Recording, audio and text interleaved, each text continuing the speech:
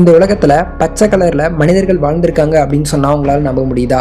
நம்பிதான் ஆகணும். 11ஆம் நூற்றாண்டுல இங்கிலாந்துல இருக்க ஊல்பீட் அப்படின்ற கிராமத்துல ஓனா வசிக்கிற ஒரு குழியிலிருந்து 2 விசித்திரமான குழந்தைகளை அந்த ஊர் மக்கள் கண்டுபிடிக்கிறாங்க. ஒரு பையனும் ஒரு பொண்ணும். அந்த 2 குழந்தைகளும் ரொம்பவும் விசித்திரமான உடைய அணிஞ்சிருக்காங்க. அது மட்டும் இல்லாம அவங்க பச்சை நிறத்துல இருந்திருக்காங்க. அவங்க சாதாரண மனிதர்கள் மாதிரி இல்லாம பச்சை காய்கறிகளை அப்படியே சாப்பிட்றாங்க.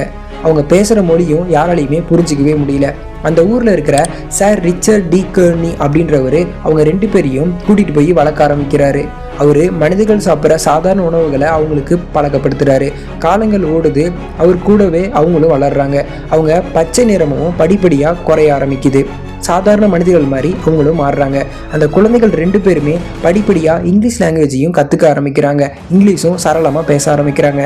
அந்த 2 பேரில் அந்த பையன் மட்டும் விசித்திரமான நோய் வந்து இறந்து போகிறான். அந்த பொண்ணுக்கிட்ட நீங்கள் எங்கேருந்து வந்தீங்கன்னு கேட்டப்போ அந்த பொண்ணு மேட்டின்ஸ்லேண்ட் அப்படின்ற ஊர்லேருந்து வந்ததாக சொல்கிறாங்க. அவங்க உலகத்தில் எப்பயுமே இருளும் பச்சை நிறம் மட்டும்தான் இருக்கும் அப்படின்னு சொல்கிறாங்க. ஒரு குகை மாதிரி ஒரு வழியாக வந்துட்டு இருக்கும்போது ஒரு பயங்கரமான சத்தம் வந்ததாகவும் அதுக்கப்புறம் தான் நாங்கள் உங்கள் ஊருக்கு வந்துட்டோம் அப்படின்னு சொல்கிறாங்க. ஒருவேளை அவங்க வேறு ஒரு உலகத்துலேருந்து வந்திருப்பாங்களோ?